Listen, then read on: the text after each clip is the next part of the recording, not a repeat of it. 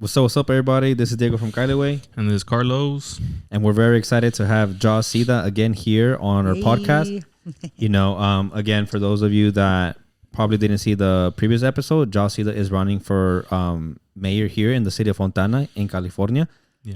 Mm-hmm. And, we're excited. Thanks again for jumping on for round two. And I did want to start off really quickly. I just want to read this. I know I did this last time, but I wanted just to touch on your event that you just had on Monday. Yeah. Kind of just to open that conversation. But again, we appreciate you coming down. But recently you had an event, Joz Sida Rally for the People, featuring many community members such as Jag Arreola, Priscilla Linares, Johnny Miller. There was a danza performance. And after looking at all the pictures, it looked like a very successful event. It looked pretty cool, like a lot of music, a lot of collaborating, a lot of, giving the spotlight to some of the community members, the youth. Also, there was a lot of youth kind of speaking.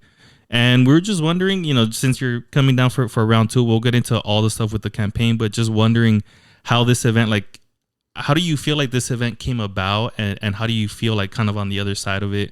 Are you proud of the event? Are you happy the way that it went down? And just some things that, some takeaways from this event. The People's Rally was a great event. It turned out better than I dreamed of, porque it felt like a victory party. Mm-hmm. And I told folks when I did my speech at the end, I said, it is a victory party because people didn't even think would make it this far. And I am now known as the people's mayor. Mm-hmm. So in my mind and in my heart and in my soul, I am the people's mayor. So we already have victory. Regardless of what happens in November, we've won. Why? Because that event was brought together of things that make up who I am. I am an entertainer. Mm-hmm. I am a community leader. I am proud of my roots. I love food and culture. I love celebrating with family and with friends. And I want to create joy and happiness in a world that is filled with turmoil. Mm-hmm. In a world where you turn on the news and you don't know whether to cry, to scream, or to just try to live the best life you possibly can. And there's no way to know what is going to happen tomorrow. Mm-hmm. Mm-hmm. Del día en la noche, we went to war. Del día en la noche, 186 young kids were murdered, babies in Iran. Mm-hmm. And we're seeing genocide. We're seeing kids, walking to school and not making it home, getting kidnapped by ICE. We're seeing families be separated. We're seeing a lot of horrible things. Mm-hmm. So in the midst of all of that, I wanted to create an event that gave hope, that gave love, that brought families together. Because imagine, there's a lot of events that happen in Fontana that are city-led, that are supposed to be for city information, like the state of the city. Mm-hmm. How do you charge your community $50 to go?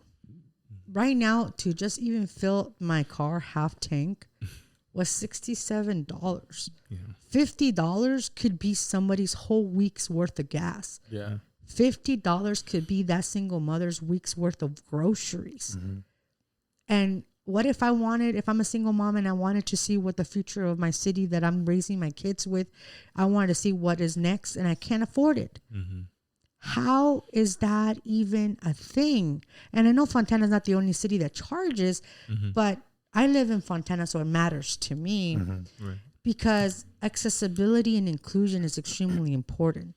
$50 may not seem a lot to the rich that are being bought by corporations, but $50 is make or break for somebody to buy their insulin, to buy their medication, their formula, or to buy groceries or whatever they need. And that's not a city that I want to live in, where you have to pay to find information, to be involved and to be informed. And so the vision for this event actually came about when I actually went to a Chamber of Commerce meeting. For the Fontana Chamber of Commerce, which I think every Chamber of Commerce is great because they help small businesses and all that. But again, if you're a member, you pay 30 some bucks. And if you're not, you pay $50 again. Mm-hmm.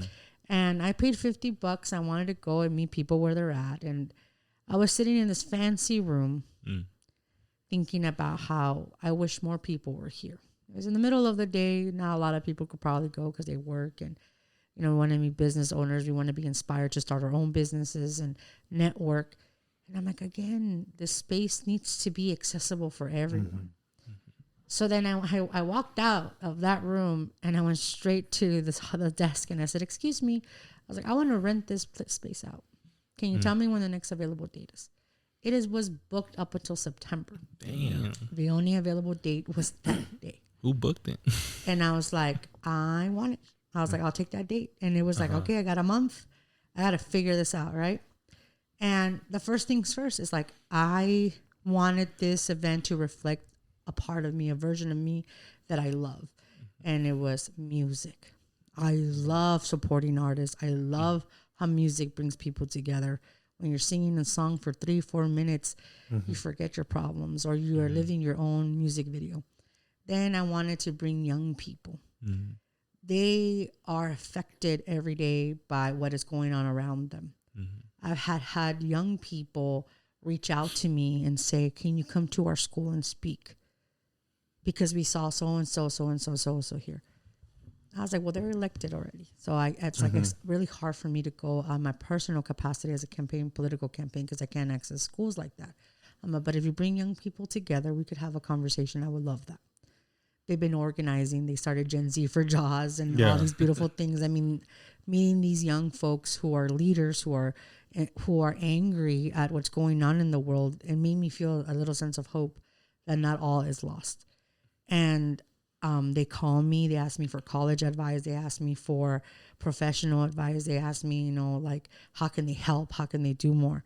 And that is the energy that keeps me alive, right?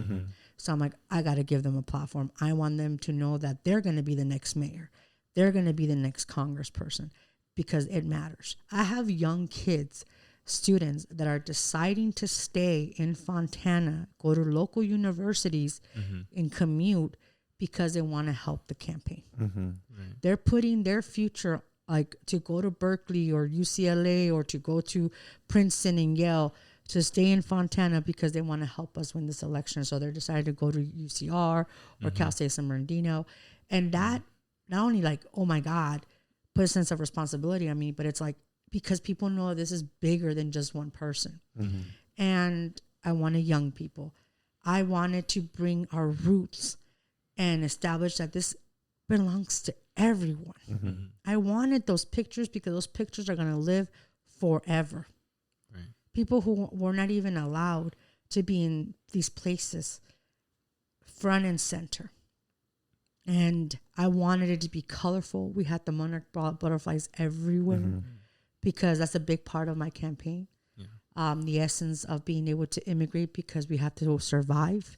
And we should have the right to survive. And it's intense. I've been seeing monarch butterflies all day today, and it's like a sign. Like one of my friends was like, dude, it just flew right behind you. It's everywhere because it is a sign. We are where we're supposed to be. The food. We had birria, we had jaiva, we had aguas frescas from a local bakery, Alebrijes Bakery, big shout out. And then whose owners are from Fontana.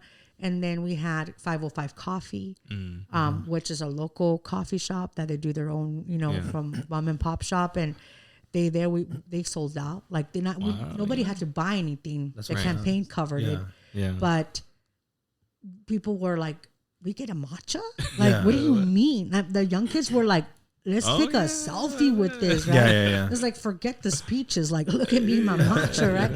It's like my sister helped with all the decorations. She's a great, event planner, and my whole family was all hands on deck. My friends, we had over 30 volunteers. At the beginning, I was scared. We had a mariachi. We had everything. I was like, damn. I hope people show up. I really do. Yeah. But it was a Monday, and I had been, healing from a medical surgery, and I was like, man, I could have done more. But it was shared. It was, all that stuff. When over 150 people showed up. I think we hit critical mass at 200. Wow. We had, young people from all over Riverside, San Bernardino, people from Fontana, people who were like, we saw you at this podcast. People have supported me because of this podcast. You know, they've interviewed me for other podcasts, and they're like, actually, I heard you on Kylie Way. Like, you know, you're like, shout out. like big time. No, big time. People, we have to understand that we do matter. Their influence is there, and I was so thankful from supporters, my endorsers, people who have advocated for me, who went and did speeches and put their name out there for me. So all of that is a reflection of me, which is I've been here for a long time. And when I say here, I mean in this world of advocacy. And sometimes people doubt you and they put bad names around you, like, oh, you know, she's probably just want this for this. It's like, no, I've done the work. I prepared myself. Did I know that it was for this moment? No. But I knew that all this was not going to go in vain. And so that event, people walked away feeling like, oh my God, we are going to win this thing. And imagine it's March. Yeah. The right? hope was, And I've started campaigning since July of last year. When do ballots go out? Oh, not until October? October. Okay. But what started off with 6-7 people at a diner to this moment, right? Yeah. It was the most incredible experience because my goal, and I tell people, we have to fundraise, of course. That's my job. I have to go figure out where I'm going to go get this money. That is not corporate, that is not APAC, that is not, you know, beholden to developers, that is individual support base. I have young kids giving me $2, $3 a month. I hope this helps. Yeah. That's their hot Cheeto money, man. That is their Gatorade money. That is their Arizona vitamin money. water. Arizona. Seriously. Like the fact that whatever they can give when they're struggling and whatever, like that is, when I see a donation come in, somebody that lives in Fontana, I'm like, you've got to be kidding. This is what I'm talking about. Yeah. But I don't ask them. I ask people that I've met through my life, that people that I've worked with. Yesterday, I talked to somebody that I haven't talked to in 12 years. And finally got a hold of him. We worked together and we talked. And he's like, I just send you $100. Like, you got this. Yeah. And it's like, sometimes you got to do the hard work. And that's why I tell people, sometimes you got to work 10 times harder to get that money that you need to win this race. I was like, but when you get that money and you give it back to the community and you elevate them, that is how you build community. And that is my plan. That is what this event was about. This event was about giving back. It was about loving people. And it was about building that volunteer base of people that have your back no matter what. Right. Because they know that you got them. So that was what that event was about. No, and that's awesome. the Danza Azteca, Capuli, ellos me rezaron over me. It was empowering. It was beautiful. I still have chills to this moment. My mom goes, mija, eso estuvo, pero lo más bonito. Dice, eso se lo hicieron a AMLO y a Sheinbaum. Y ganaron. So my mom me dijo que gané porque se le hicieron a AMLO y a Sheinbaum. So para mi familia, mis papás estaban también bien emocionados. And my mom is 77 and my dad's 82. So I gave them the honor and I was like, yo quiero que miren que su sacrificio is not in vain. Yeah. You know what I mean? That they didn't come to this country just to work and live and that's it. It's like their daughter, their American dream being me, is doing something to change, at least a little bit of the world. Yeah, and honestly, seeing the footage of that event, again, a huge shout out to you for organizing that, and even how you speak about it, it's the we, and I just love hearing that from you because again, it echoes the same sentiment, the people's mayor, you get me, and kind of highlights your messaging about community building, but also keeping community at the forefront and making sure that it's the community voices in Fontana that are heard, you get me, and hopefully with your candidacy, they're able to go ahead and finally feel represented, And the goal at the end of everything is after November, whatever the outcome is, I want to win. Now, the winning is manifested. That's my goal. That's my dream. Let's make it happen. But it's about leaving that door open and knowing that nobody else has to start from scratch. Yeah. Ever again. Because I've had to start from scratch. Yeah. but because I think it's about, when I was younger and I ran for office, somebody told me, oh, she's not going to win because she has no malice. And I still have no malice, but it doesn't mean that we won't win. It just means that we're going to have to work harder because we have to combat all that malice and all that bad energy, bad actors or grifters or people who say one thing and do another. I told myself if I ever ran for anything, and with the background that I have, if I didn't do something different and how I ran a campaign, then I didn't deserve to win. And that means it's how you treat your staff, how you treat your volunteers, how you treat your community, how you treat your family, and how you treat your friends. If you cannot, in goodwill, in good faith, build those strong relationships and respect people, then you shouldn't run. And this is again, for me, I was telling people, this is the appetizer for the full course meal. Like, we're going to enjoy this. We're going to enjoy this because it's going to be fun, because we're doing the right thing. And it's a lot of work, but it's worth it. And that everybody was tired after that event, but the feedback, I mean, people are messaging us like, when is the next one? You know, like, ¿cuándo va a ser la parranda otra vez? I'm like, some banda, you know, like, and all of it is like, it's about culture, it's about everything. Like, we had rappers from Fontana that grew up here. We had, we not only had the Azteca dance and that, but we had the national anthem. So it wasn't just like we were trying to just be one. We're trying to be inclusive of everything. And these, like, the folklorico is the Fontana. Like I said, like, it was a good party for a Monday. Monday night. And also, like, spring break just started, so I thought people were going to be traveling. But actually it turned out, like, one of our speakers, he was a valedictorian at Kaiser High School. He's a freshman at Berkeley. This was his spring break. He was there. He came down. Not only did he volunteer, but he was one of our speakers.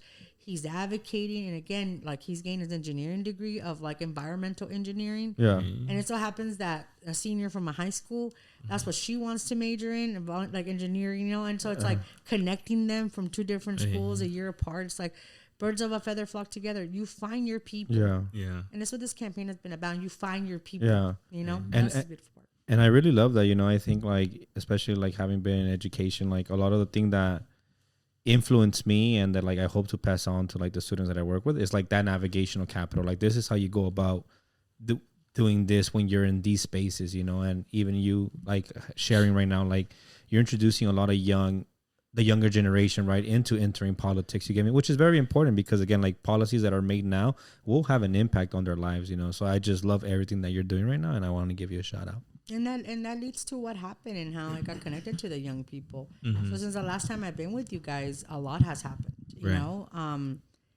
I have held events, like the event before this one that I held was the rebuttal to the state of the city, which I held. They charged $50 just to go to that. So, damn. And again, I don't know why 50 is a $1 mark. And it was held at a church. It wasn't even held at a public space like the Steeler Auditorium or the amphitheater or, any public place that everybody can go. It's the state of the city. Everybody should be able to go, right? And it was early in the day, so people are still at work. So, like, 4 p.m., 5 p.m. It's a $50 prayer right there. Like that. Por mis pecados. You're already in church, might as well pray, but it costs you $50. Like, but wow. At least at the church that I go to, there's an elotero outside. You're like, que no va a haber nada. La policía, qué miedo. And so I told myself, I'm going to do the rebuttal. I held it at a local restaurant. It was free. So I was like, everybody could eat whatever they wanted. You support the business. And it was at 7 p.m. so people can come. And it was great. We talked about the issues. We talked about what mattered. I shared my vision. And, and people left happy. It was good. But again, we're fighting against the odds of what is normal and what it's not. It is not normal to hold these types of events that have to deal with city issues and city life and city information at private churches, right? Because not everybody in Fontana is that specific faith. There's so many multi-faiths in Fontana, you know what I mean? So for me, like, it just repeats the same narrative of like what the Fontana has dealt with for so long, which is for the specific few, this works. For the rest, too bad. Yeah. And again, it mentally inspired me to be like, okay, no, like if we have to fundraise to run for these offices, then the city electeds who know how to fundraise should know that they need to fundraise so that people can have access to things. And it sucks again. And I was thinking about even the city council meetings, always going back to that, being at 2 p.m. Yeah, that's crazy right there. When the young people were trying to walk out for their rights during the immigration walkouts, and they were organized and they were planned. I had no idea who they were, but because of course I have a following, they tagged me. They were doing it at 1 p.m. They had already thought of everything, that it was senior 6th period. It was minimum day for most kids, you know. Damn, that's so cool. like they had thought things through, because like I ended up getting called by the school district. I ended up getting called by the chief of police of the school district, by the board president, because they thought that I was organizing all the young people. And I said, I really wish I had that power, man. That's awesome. I was like, you guys think I'm like, sometimes maybe I don't think I'm that powerful. Maybe I should start thinking I am. But I was like, the young kids, they already were prepared, because even when I tried to be like the messenger of like, hey guys, like, you know, being reached out through Instagram, the kids would send me, this is we know our rights, or like, we're doing this. Like they were prepared, and I'm like, it's out of my control. I don't even work in the school district, right? So when I saw that they were trying already to pin this on me, because that's just kind of how politics works. Finding like, a scapegoat, huh? Yeah, like I was going to be that person. What they don't realize is that these young kids are actually pretty brilliant. And they have all the information on that piece of computer on their hands. And they could organize and move mountains. I mean, these are the kids that are affected for gun violence at school shootings, you know? And it actually reminded me of the whole narrative when, you know, the bomb was dropped at the school in Iran, and somebody posted very American, you know, to like do that. And for me, it's like, this is how the world sees us. And these young kids are speaking up and they're trying to do something. And I thought, but wait a minute, city council meetings are at 2 p.m. The seniors can't even go to these meetings. If they wanted to advocate and they're 18 and they can't even go to their city council meetings because they can't leave school. Right. Oh, because maybe they're in sports, or maybe their 6th period goes into 6th period, and then they have to go to a job, and I was like, they don't even get to go to their city council meetings.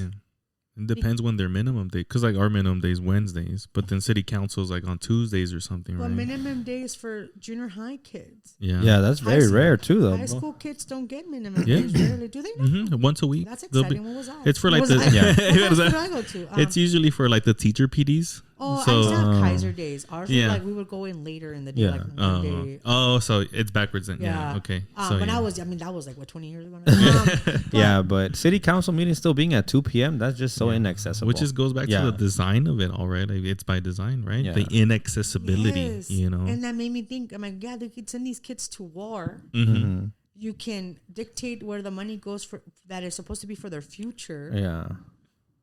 And they can't even go to the meetings. And I was like, how come nobody ever talked about this? But I thought about it when they were really upset about these kids walking out. I'm like, what if they needed to leave because they want to go to a city council meeting? Are we going to punish them because they want to go get involved with their local government so they could actually say, I don't want this warehouse to be built here. Or they could say, hey, we want this park. Or they can say like, hey, this pickleball court does not really work for us. Like, you know what I mean? Like, they don't even get that opportunity. And so I was thinking about all that, and I was just kind of like, dang. So I've been faced with a lot of backlash, but I've been also getting very big endorsements. Like I got an endorsement by an awesome organization called Movement for Freedom. It's all about humanity. It's all about advocating for humanity, about protecting our communities that have been disenfranchised. It was founded by Cori Bush, who was the first ever Black congresswoman from the state of Missouri. And, they just did a trip to Cuba.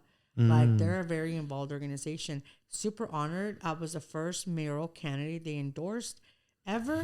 And then also the first Latina ever. And then right after they endorsed me, they endorsed Ilhan Omar. So I was like, I'm like on the same page as this. This is amazing. But it's been a heck of a ride because, this city is getting the attention it deserves finally, what happens here can have a ripple effect across the country, but it's a lot of hard work. I'm running on term limits, and I want people to know that nobody should be in office for more than even 8 years is asking too much. I want people to be willing to run, to be ready to run. And I want people to know that it is a scary situation, but we need to do it together.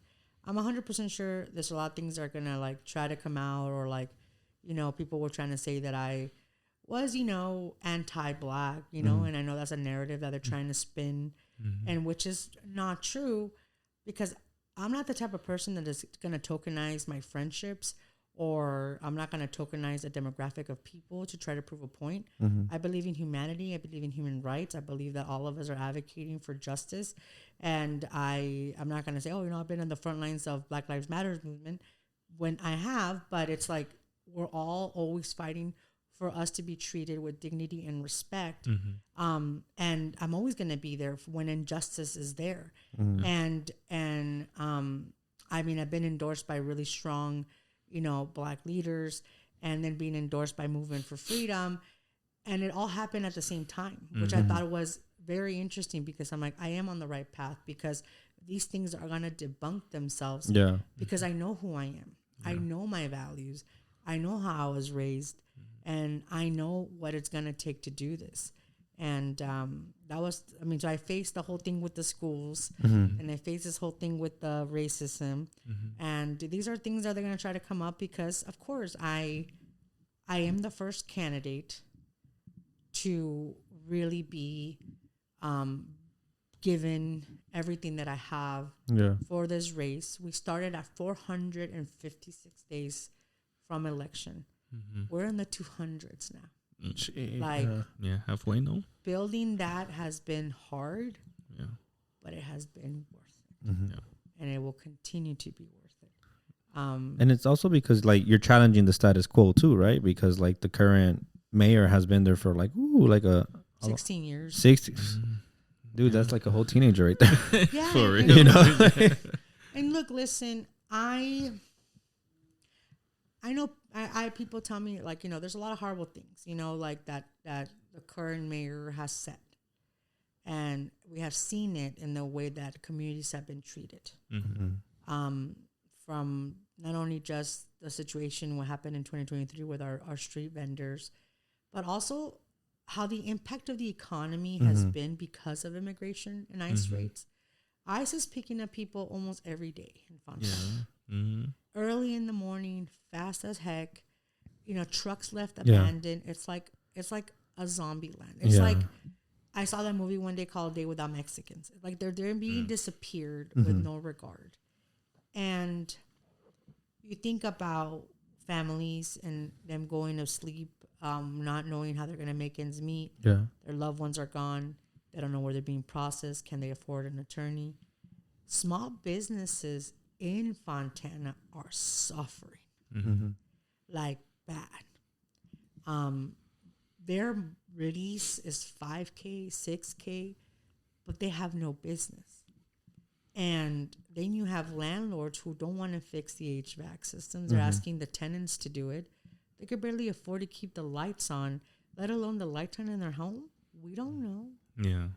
There's also, places are empty. Yeah.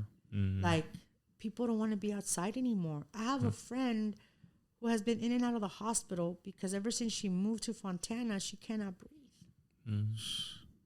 The thing is that public safety is not just about violence. It's not just about guns. It's not just about drugs. It's about air quality. Yeah. Air quality. Like, that is affecting our life, our safety. Yeah. And sometimes we don't even realize that when we're getting sick, we're getting the flu. Yeah. And then some people say, oh, we got wins. We have the Fontana wins. It just takes it all away. I've seen that in some of the comments and the things that I Oh my posted. God, damn. It's like, Oh, wow. what you have no idea what you're talking about. You're dumb. And I'm like, wow, because air has borders for sure. Like, yeah, you don't get them in the north side at all. Right. And I understand people get mad at me sometimes because I show a lot of the trucking around the highways and everything. Yeah. But the premise is that what I'm trying to showcase is that this is not normal. Yeah. Right. We need truck routes. Yeah. We need bus routes. And yes, it costs money. Yes, it means that we have to work with Caltrans and the Omni transportation. Yeah. Fontana has a seat at the table. Yeah. John Roberts sits in that transportation. What have we done with that seat at the table? Yeah. And how have we made the daily lives of Fontana's? I don't think I've seen a public bus in Fontana, bro. The Omni, the green and Omni. blue That's what one, they right? The It green and goes blue all the one. way to the mills sometimes. That's how minimal they. Well, they don't have they don't have a lot of bus routes. Yeah. And that's the thing too, is like, for example, we talked about this and I talked about it with leadership.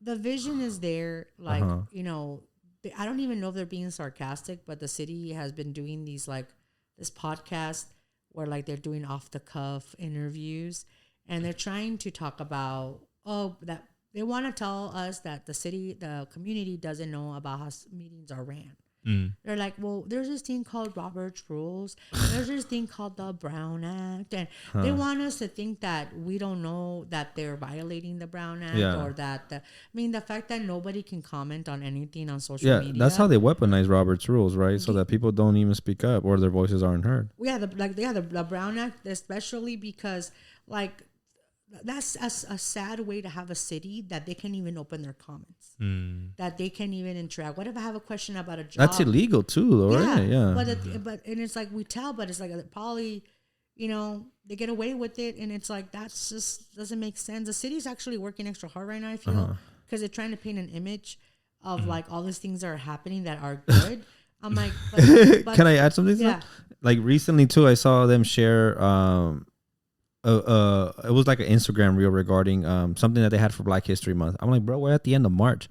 You get me? Like, I wish I would have knew about this to come out and support like that event, but it's like March 25th and I'm watching this. Yeah. Well, today's March 27th, right? But when I saw it was like March 25th, I was like, damn, I'm like a whole month and something behind. Yeah. Dude, like, it's so delayed. Yeah, like they only promote events like 2 days before. Yeah. And again, like, put some ad money into Yeah, this, yeah. like get more people to come out, and it's always like the enough people that they can get the content they need. But again, I don't blame the city workers. I don't blame.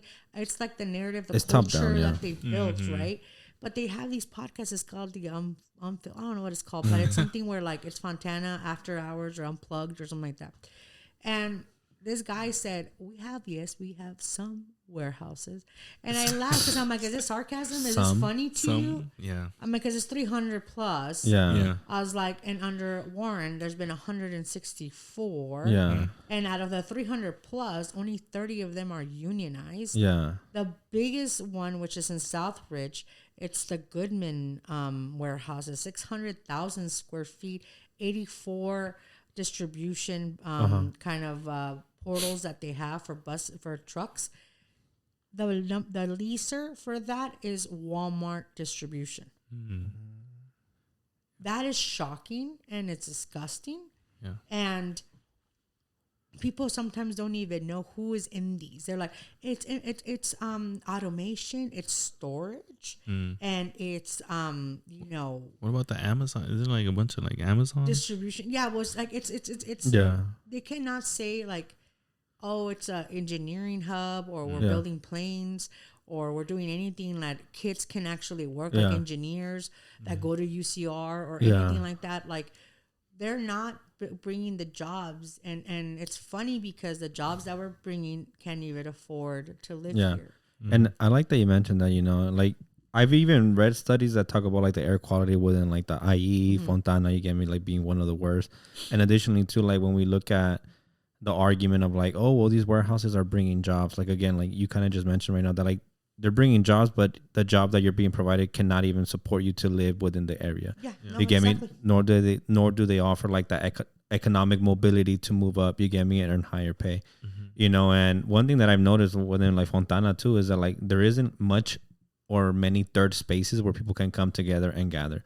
you know, and that's kind of like how they use the lack of usage of certain spaces, you know, and again, which is why like when I see like online, your event and the community events that you bring together, I'm like, that's what's up, you know, like you're creating these third spaces in a space that in a city that refuses to create them for the youth to bring in seniors, like senior citizens or the youth to interact with one another. And you kind of highlighted how you had that one student from UC Berkeley and then the current high school senior, you get me?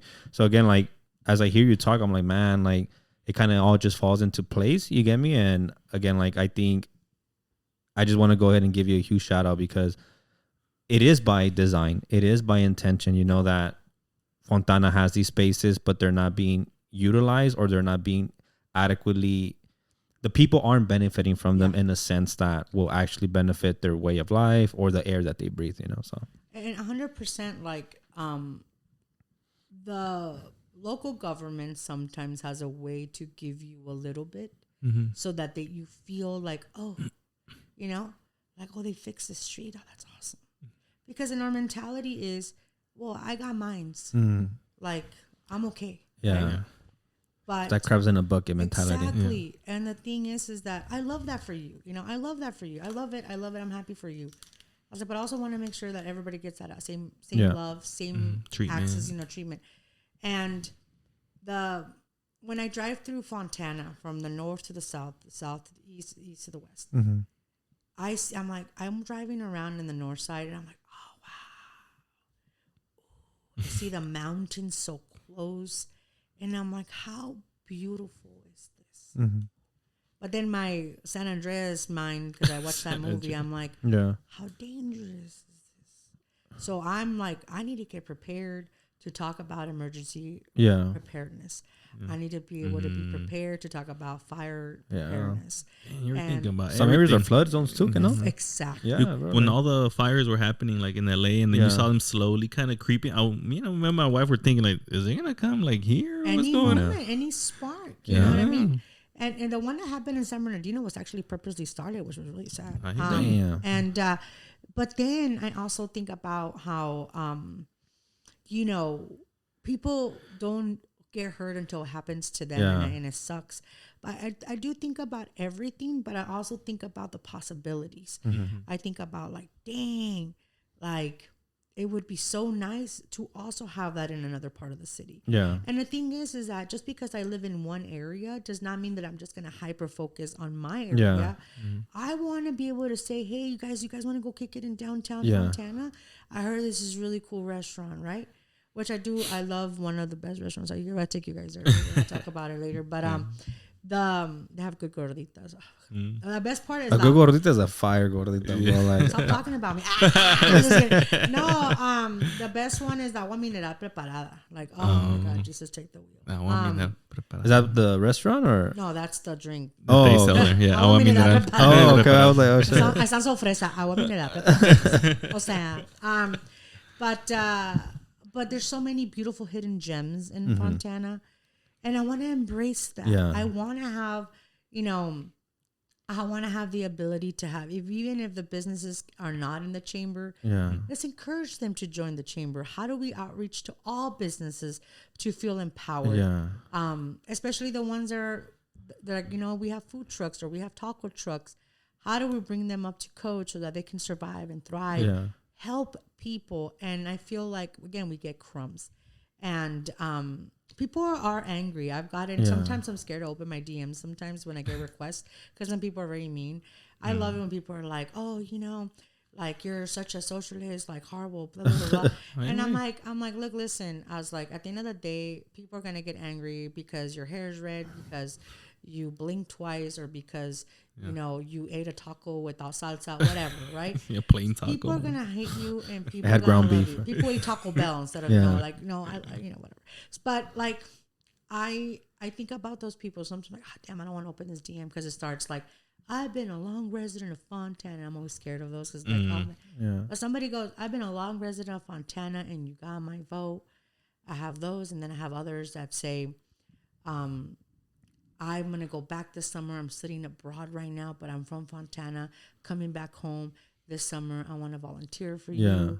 And then I have others that say, like, you give me hope when I thought I had to leave the city. And those things really like makes me feel like this could actually be monumental. And I think about it, like, what happens if I do win? Like, what am I gonna do? And I'm like, I know what I'm gonna do. Yeah, you know what you're gonna do. Gordita. But no, it's nerve wracking because there's a lot of bad people out there that no matter, even if you're mean, well, you're nice or you're thoughtful, they're gonna hate you no matter what. So to all the haters, they're like, you know. But Diego's been looking for a taco spot. There's a lot of good ones.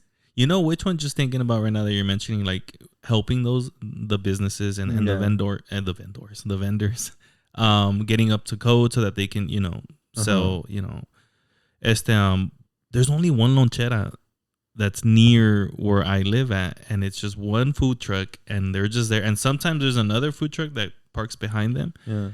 But sometimes I do wish, man, that space is so big. Imagine if there was like, I don't know, 8, 10 of them. Just back to back to back. Oh yeah, it'll be beautiful. Like, and behind them is like a big open field, pura tierra. You know, there's nothing there. Yeah, dude. And I'm just thinking, damn, man, imagine if it was just like a little placita of, I don't know, food trucks, vendors, like whatever, ¿verdad? Like Avenue 26, like in LA and stuff like that, where they bring in like a lot of, or La Placita Olvera, like where there's just a string of a bunch of. You know, I think that's what's beautiful. I don't know why in Fontana we don't have like a cultural center. Yeah. Or we don't have, I think we have like one museum maybe. Yeah. And not everybody gets access to Red Stage. I don't know if we talked about this last time or maybe we did. I think maybe we did about how they spent $127,000 on a private consultant for nightlife. And that's for the Red Stage, right? And it's interesting because like, people have tagged me. They're like, because they booked a couple comedians. They're like, why don't you book Joz? Is Red Stage a venue here? Or? Yeah, I was gonna it's ask. A theater in Fontana. It's a entertainment theater. Like a stage, like a concert hall. Is it the one by? It's on Sierra. On Sierra. Yeah. You know, there used to be a pupuseria near that area. I think there still is a pupuseria. No, they closed it. It was called Molcajetes. Oh my God, they were so good. They were really good. But then they closed down. But it's a new business now. It has no title or anything like that. I think it's black owned. There was some videos of people like getting their plates. I want to go try. I think it's like soul food. Oh damn! Yeah, good. But they have like no, you know, what is it called? Letrero, no sign, no letrero like on top or anything like that. I'm pretty sure the rent there is pretty pricey. Yeah. There's a lot of people getting priced out. I think I know which one you're talking about because there's a pawn shop not far from there where I went to go look at like guitars and stuff like that. Because I go to the Jiffy Lube, like a little. I still don't know. You know what I'm talking about? Kind of like after. There's a Carl's Jr. There's like you're passing that on. Yeah. There's a. Or the place that I like to go to. It's an orange restaurant. I don't know if it's called Los Paisanos. Not Los Paisanos. An orange restaurant. But I'll tell you that. But that whole strip looks underutilized, and that's like the downtown Fontana, right? Because in the corner there's like a Mexican food place, no, on Sierra, where the Burger King is and all that. But yeah, like I drive up and down the street, and I'm like, man, there's so much potential here because then you get to spaces where it's that amplio, like it's just like open. I'm like, man, because there's a bar right there by the Jiffy Lube. So when I took my car for an oil change, I was like, okay, it's a Sunday, bro. Like I'm gonna just go. You get me? But like these are cool venues that you can use to support like the local music scene or because the like Red Stage, like you were mentioning, is like. But I don't right hear there, about right? it, you know. Like, yeah. Well, that's one of the things. Like when I was gonna produce my special, before I decided to run, I was contacting the Red Stage over and over and over and over and over again, and I ended up deciding that I was going to film it in Redlands, but then I decided to run for mayor. It just didn't happen. But it sucked because I like my hometown. This is home. You know, I want to bring as much love and life to the city, and I have a vision for it. And that's kind of again. I told everybody, I'm like, if you guys think this is the victory party, like you haven't seen nothing yet. Like, you know, and I'm so excited for that. Let's use the backyard right here, man. Fuck that. You should see my backyard. I bought some plastic chairs. Well, fuck it. We'll line them up. I would do the musical chair. I always win. Just kidding. But yeah, like I love our journey so far. Yeah. From the last time I was here to now, a lot of things have happened in the best way possible. Yeah. We've gotten endorsements and support from many leaders in the community. People look up to you guys, and I love what you guys are doing. People subscribe, and They hear on Spotify and all that good stuff. But at the end of the day, look at us. We're all the same age. Yeah. We're all trying our best just to inform people, Yeah. educate people, empower people, and then, encourage them to take lead. I mean, like, people tell me, Joz, if you had one message to the people now, what would it be? It's like, don't give up on any dream you have. Yeah. I'm not gonna lie to you. Like when I was sick, totally like it could happen to anybody type of vibe. I was like listening to Miley Cyrus on like repeat. Yeah. It's The Climb. Yeah. Oh, that's a good song too. I was like, I can almost see Yeah. like that dream I'm dreaming, right? Yeah. But I'm doing this. I hope people know that I'm doing this because I genuinely care. I'm not doing this to piss anybody off, but I'm doing this to give everything that I got. Yeah. Y se nota, dude, like I again, like hearing you speak and then the actions that you take, like the class consciousness that you bring to your campaign and to like how you articulate yourself, like it's very important, because I know it's very easy for us to blame what our experiences to the macro aspect, right? Like, oh, well, the president is not doing, obviously he's not doing shit, right? But besides starting wars and stuff like that and increasing the cost of everything. But it also starts very much at the local level. You get me? And the fact that you talk about like the disparities that exist within different parts of Fontana, you get me? It's acknowledging that there are all those disparities and we see those disparities amplified in the whole country, So the fact that you're willing to acknowledge that at the local level, because there was a book that I read called The Zero Sum Cost of Racism, and it kind of talked about like certain studies being done that like why certain poor white voters vote against their interests, right? And it's like racism, misogyny, and stuff like that. But that just shows that when like the marginalized people within the specific region do well, everyone does well. Yeah. But it's this idea that like, well, if they have that, that means that it got taken from me. And it's not true, because again, like if you support the marginalized people, right, like the people that don't have access to the churches, right, to go to the $50 to go attend to the city council or any other thing, like these are people that don't have access to now spend the money in the local economy, right? So then is how can we grow the local economy when we're not supporting those that are local, that are our neighbors? So again, like I love the class consciousness that you bring, and I think that's something that's very absent from like politicians that we see on the main stage, So again, like a huge shout out to the work that you've been doing, you get me, and the message that you're putting out, encouraging young youth, but even us as millennials, you get me, like you are inspiring, and it's the fact that all the stuff that you've learned throughout your career, your professional life, your personal life, you're now back in Fontana, the city that gave birth to, the city that raised you, you get me, and you're sharing those skills, passing it on to the next generation, you get me. So again, like just I hope that you're very proud of all the work that you've accomplished, again, because honestly, like hearing you and seeing the stuff that you've been accomplished, like it's amazing. It's amazing, so and it's and it goes back to the humanity aspect that you bring, you get me, because we live in a society, and that means that I'm next to another person, you get me. You're doing well, I'm doing well, I'm happy about that. There's no reason for me to be jealous of anyone doing well when we can share in that together. Amen. And honestly, I'm gonna be as real gets. I didn't know if I wanted to talk about it or not. Mm-hmm. What we're seeing right now in the world is bad. Yeah, hell yeah. Like it is horrible. When I was in the hospital, which actually, by the way, because I stood in the front lines with the nurses during the strike, turned out that they were my nurses at the hospital. And they remembered me, so they were organizing the entire floor. Support your unions. I'm over here like just like dying and stuff, and they were like, "We got you, you're gonna be fine." And both for her, and I was like, "Oh my god!" I was like, "Hi guys, I'm in my but the world is getting really bad, even worse, and I hate it when I kept hearing people, especially leaders, that would say it's gonna get worse before it gets better, right? And then I seen the inaction. I seen that people go home and they don't go. Like, I want to see Congress there 24/7 until things are solved. I want to see the Senate there until things are solved. I don't want to see some fucking letter you sign, bro, that doesn't do shit. I don't want to see you in your district. I want you in D.C. doing the work they need to be doing. So I was thinking about, I don't think that this year on the national level, we're going to be where we want to be, where we hope to be, because there's going to be a lot of scary things happening. Yeah. But it increased my resolve that when elected to be mayor of Fontana, I'm going to be like the force or the last force, the resistance of anything that is going to try to hit and hurt Fontana. Yeah. Like I would have to stand up to whoever becomes governor, whoever becomes the congressperson, to whoever is going to, then next year we're going to see all these people try to run for president.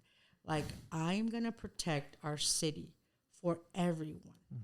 I want everybody to be able to still feel like they're safe, to feel safe, to be safe. It doesn't mean that I need to go fund the police more. It doesn't mean that I need to bring military. No, that means that we need to ensure that people are equipped with information, with preparedness, with, to-go bags, with, batteries that are lights that are solar.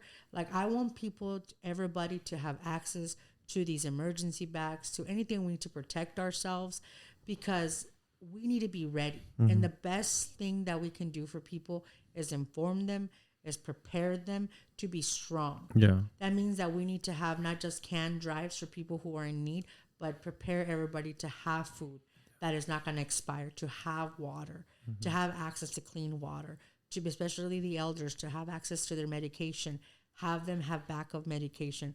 That is the things that we need to start thinking about. And I don't want to scare anybody because I don't know anything. I'm not like uninformed of anymore. Yeah. But I am observant. And, my dad is 82 years old. He's lived through a lot. He was born right during World War II. And for my dad to say, this isn't normal. This is bad.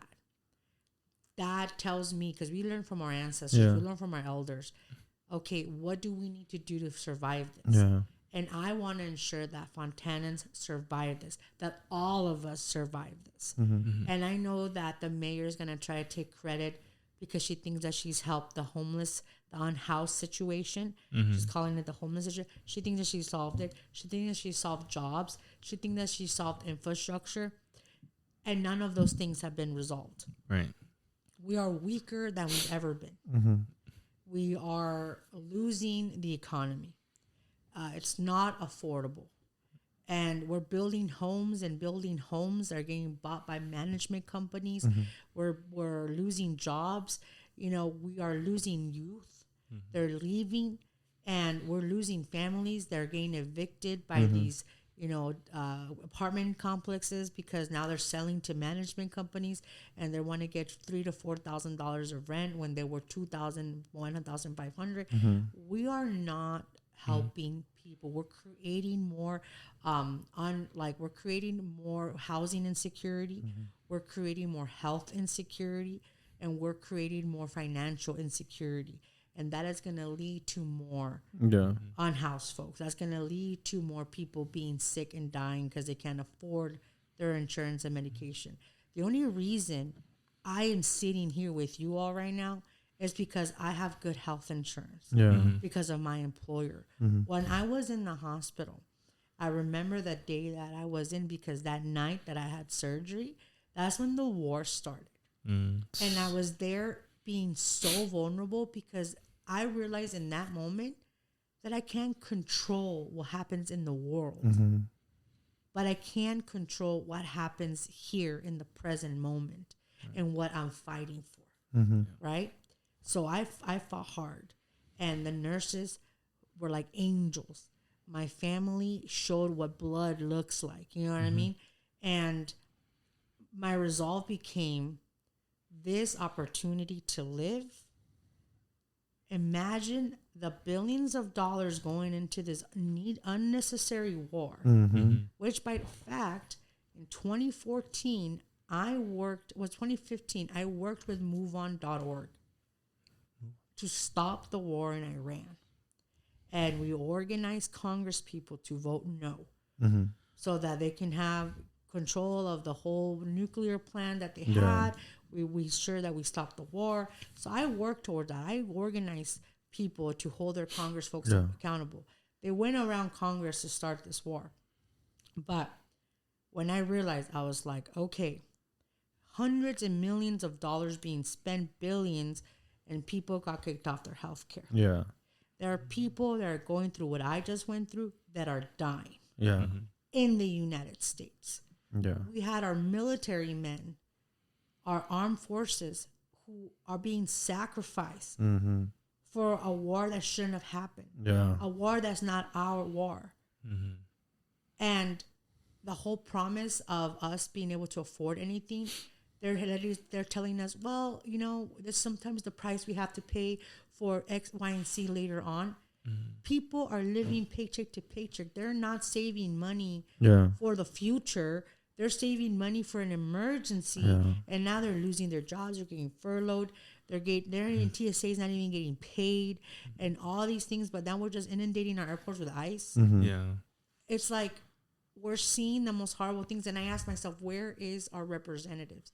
Yeah. Where are our people? I don't need you guys to be showboating and going to detention centers. Let me in. I need you to be in DC writing legislation, pushing for investigations, pushing to release the Epstein files, because they're murdering people so that we don't continue to ask for that. So then I told myself, I can't control that, but what I can control is my fight for my community to feel safe. And that in November, a new day comes and people finally are able to say, I am proud to be from Fontana, where I know I can thrive, where I know I have a voice, where I know I matter, where I know that somebody genuinely cares about my life. I want people to live, work, and play and survive and feel happy to live in Fontana. Fontana should be open for everyone. Not just corporations and warehouses and developers and those people. It should be a city for everyone, because when push comes to shove, that is the only part of anything that makes a community actually strong. Yeah, and that's literally like my message to everybody. It's like it's not looking pretty. Yeah. And it's gonna be hard, but it will be worth it for us here. And we'll go through it together, you know. And there's little, I feel like, pieces of hope in there. I mean, just the kiddo who came back from UC Berkeley, the youth organizing protests. You know, sometimes it does feel like you get inundated with all this, like, man, there's a lot of bad shit happening. But then you have kind of like these little twinkles kind of coming like, oh, you know what? Like maybe we can grow this into something a little bit bigger. And I think just going back to what you said earlier, how there's no blueprint for what you're doing. A lot of the approaches that you've taken could be deemed as non-traditional, right? As far as a campaign goes. You know, doing an event where you highlight members of the community, give them a voice, where otherwise they maybe didn't have a voice. Having a plática at, you know, someone's, place, and like, hey, let me just talk to the community members here, or going to a restaurant, hey, let's have a plática, debrief here. It really seems like a lot of it is I'm writing this kind of blueprint, because at the end of the day, I want to be able to make this as strong as possible so that I can pass this blueprint on to someone else. Exactly. And to summarize it too, you know, like you mentioned, like having artists from Fontana and stuff like that. Like you're always putting the community first. You get me? Like Fontana first. You get me? And I think that's something that is definitely absent. You get me? And supporting local businesses, supporting local artists, supporting the youth that go to the schools here in Fontana. Like, I think that's just very important, because it allows that cycle to continue. You get me? It keeps the dollars within Fontana. It helps the families grow. It helps the businesses grow. But more importantly, like, it serves as a reminder that I'm here to support you. I'm here to help you. You get me? And I think that's just a beautiful message. You get me? And we're very blessed to have had you here again today and to call you the people's mayor. You know, so thank you for joining us. So don't forget the elections, right? In November, you mentioned, right? Yeah, November. Mine is in November, but please go vote in June for the primaries for June, because that information matters. You got to get your vote in. It's going to be a run through because of the whole, signature validation and all that stuff.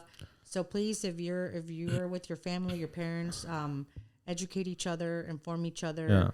Support each other, try to figure out, especially if you are the one that reads all the legal documents or reads all the mail, like, make sure that you are informing your parents and your loved ones how to vote. So for your situation, you still need signatures for the ballot, or you will be on the ballot? I will be on the ballot Okay. because it doesn't take that much Okay. to be on the ballot. But I don't get to file for my race until July. Okay. And then there's like a 30-day period, and like the deadline is August. Mm-hmm. And then that's when it's like game on, and you see Okay. how many people filed and all that stuff. Honestly, I wouldn't put it past them to try to put other people to run to split the vote, because that's the only way that she could possibly, you know, take it again. However, I just want to let people know out there that like we know how this is going to be. Mm-hmm.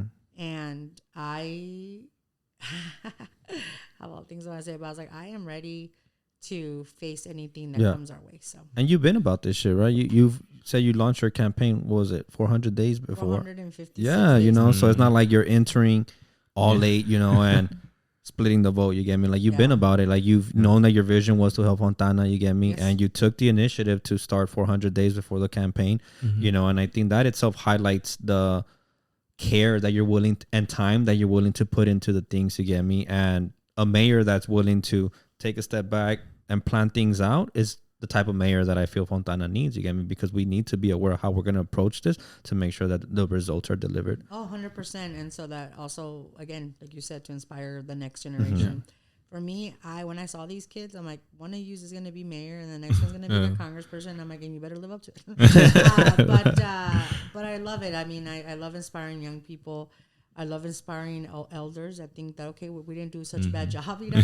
And then I also like the people my age who, all of us, you know, who are just trying to survive in this world where we don't know whether like our kids are going to be saved, whether it is to have kids or whether it is to, I mean, I told someone I could easily have been like, get ready with me as I live my van life. You know? Like as I live my van life, and me being in Montana looking at buffalo and just like, you know, being there. But it's like, life can be easy. Yeah. But you have to be able to say, if I die tomorrow, I wanted to say that it was worth it. And I will knock on wood because I won't do that. Hey. That might be cheap wood. I don't know if it's real wood. You know, we'll look for it right now. But no, seriously, I said that before. And then when I was faced with that challenge, but seeing how stronger I am for it, it's just a sign to redirect my energy into leaving it all out on the field. Meeting voters where they're at, meeting people where they're at. When we talk to our community, we never charge them for anything. I don't like asking my community for donations because for me, like $5 is a gallon of gas now, a gallon of milk. I'm like, no, like I am going to find out how to fundraise. I'm going to figure this out and we're going to be okay. And that is a mentality I got from my father. Because my dad is the kind of man that he will never worry you. He just said, we're going to figure it out. And we're going to be okay. And siempre había tortillas y frijoles and So just to close off, is there anyone who you think about in these 200 days que han pasaron, you know, the 200 that are left, like someone that you want to give a shout out, someone who's kind of been there with you like since the beginning and kind of moving forward? Yeah, definitely. I definitely want to give a shout out to my girl Grace and her mom Ada. They met me in front of a city council meeting, and I said, I think I want to run. And in my first meet and greet, they showed up. They were like the only family that showed up, and had like 3 other folks that were like friends of mine. And they have been riding with me since then. Gone above and beyond at every event, even if they heard me say the same thing 20 times. They've, you know, gone to parades and passed out lit, visited me in the hospital. Even though I didn't want anybody, they were like, no, we're coming. And, you know, they have been like a second family that I am so blessed to have. Definitely want to give her and her mom and her whole family, her husband. And I mean, she sacrificed so much time to be with me. And sometimes, you know, and her little one, that's like my little sobrina. And then especially, I definitely want to give a shout out to my parents and my family. Because I am technically the black sheep of the family, but I glitter. Because I've been somebody that's like, they're shy, they're very reserved. And I'm just like, I'm going to put my name everywhere, right? And so, but they have been super supportive. They make my life easier every day. You know, ever since I was older, I mean, they've been older, you know, my whole kind of life. But like now that I'm older, my dad is always like, what do you need, Mija? What do you need to do? And I don't know if I ever told you this story, but when I first ran, my dad didn't want me to run when I was young. He's like, no, mija, no te metas en mitotes. Ay, mija, saliste igual que tu madre. And I said, Dad, no, que tenemos el cambio. I was 23. Yeah. He was passing out my literature in front of schools. Voten por mi hija. And he got really involved. When we didn't win, he said, next time, we're going to start early. We're going to knock on more doors, tocar más puertas. Vamos a hacer esto bien, right? Yeah. And then it took me 14 years of traveling, of doing all these things. And my dad goes, mija, ¿cuándo vas a correr tú? Like, no sé, papita, no sé, es que estoy ayudando a esta persona. Yeah. No voy a ver eso. Voy a morir y no vas a hacer nada de eso. No, papá, one day, pa. Mejor no, papi. Es que también las cosas, I was trying to explain. Yeah. But ever since I ran, they got really involved in politics. My dad was obsessed with Mexican politics. He's been obsessed with American politics. And we talk about it. We have conversations. So that race, when I was 14 years ago, opened the portal to my dad and I's relationship in politics. And then now that I'm doing it, you know, he will sit there behind and look at whatever I'm doing. And then he goes, and he's 82 now, you know, and I don't know what I would do with that man. And, you know, that he said start early, and I did. And do more, and I am doing. And I told my dad, like, we got this. And he goes, sí, mija. Sí lo vas a lograr. And he goes, y si Dios me da vida, ahí voy a estar. I love that. Yeah. That for me is everything, because, you know, I am very thankful of the parents that I have. I'm thankful of the family that I have. I'm also thankful of the beautiful people that I've met. And it's been super worth it. Yeah. Because at the end of everything, those memories and those lovely people that give everything that they got just to believe in something, I feel like I already won. I already won, because I would have gone life and I would have never met them if I hadn't done this. Right. Now I can never see my life without them. And that's the best takeaway. So whatever happens in November, I walk away with so many beautiful people. Oh, yeah. I was going to like yourselves, and like, you know, the people that are in the campaign, the young kids that, you know, I had the girl call me crying because she felt like when Trump took away a lot of the EPA regulations and the environmental injustices, and like that's her focus, and she's like, what is my life and my future gonna look like what am I supposed to do? It hurts me. And she's 17, you know, and I was like, I hated that she was crying. And then she goes, you know, they brought an electrician to talk to us about career day. They've never once brought an engineer or a doctor to talk to us. Yeah. Is this all we deserve? And I was like, no, but you are the one we've been waiting for. No, yeah, that's a great way to. Yeah. I was like, you changed that. They want you to feel defeated. They want you to feel like you don't belong. But that is why you need to know that nobody's going to be like you. And that's why you need to do what you need to do to achieve all the things that you want to achieve and take up that space. Because you work 10 times harder than the guy who had everything handed to him, nobody's going to be able to take that away from you. Those jobs are going to be for you. And, you know, it hurt me because I could, when she told me that when she met me the first time, and she actually met me because I went to go speak to her environmental class, she goes, I went home to my mom and I said, I met my hero today. And like somebody that I could actually look up to. And I remember being young and not having that, but knowing that I wanted to be that for my niece and nephew, and seeing that this young girl, somehow we ended up connected again, and now she's a big part of my campaign, and how excited she is to introduce me to her parents, and how excited she is to tell me I got into USC, I got into this school, she texts me, she's excited, and like my campaign is going to offer her a scholarship, buy her a laptop for college, as well as others that are seniors that are part of the campaign. Because I know that campaigns don't have to be just about spending money on consultants and on mailers, on everything. It's about giving back to the community. Because victory is not a victory unless you're uplifting people on the way there. Yeah. And for me, it is why I fight to live, why I fight to wake up every day, why I'm okay being nervous every day, why I'm running afraid, because you have to run afraid. But it's because of conversations like hers, conversations with the gentleman from Berkeley, conversation with others who are studying in other places, but they want to give back. I had a girl who lives in San Diego now, is from Fontana. She did a whole GIS mapping of the city and where all the warehouses are so that I can use that data. She graduated from a high school in Fontana. But people love where they come from.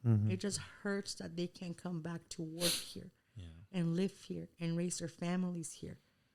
And the fact that they're reaching out to me to say, like, maybe because of you, one day I'll come back. Yeah. And again, I came back not because, I planned it. It was life. Yeah. That was very beautiful. I really appreciate that. And I think I'm taking, a lot from this, and really wish you, lots of luck. I appreciate your vulnerability. I think that's what's, honestly, it almost seems, and it's weird because it almost seems like this conversation is radical, but it's like, I feel like this is just a normal human conversation that we're having.